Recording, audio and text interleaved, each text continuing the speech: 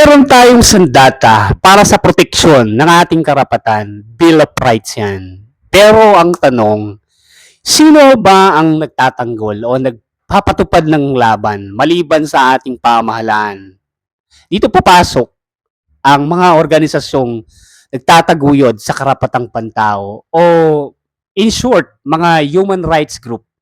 Meron tayong local at meron tayong mga international group. Sa local, meron po tayong PARA o Philippine Alliance of Human Rights Advocates.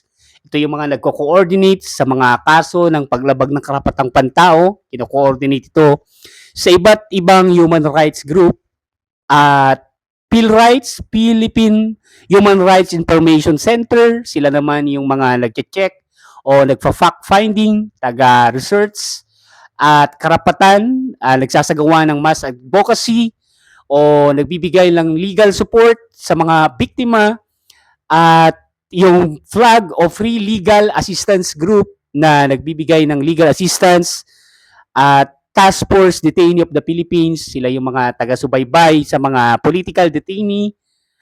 At ang ibig sabihin lamang ng ginagampanan ng local human rights group, sila yung mga nakatuon sa sitwasyon ng ating bansa o sila yung mga tumutulong ng direkta sa biktima. Samantalang ang international, meron po tayong Amnesty International, meron po tayong Human Rights Watch, at meron po tayong Asian Human Rights Commission.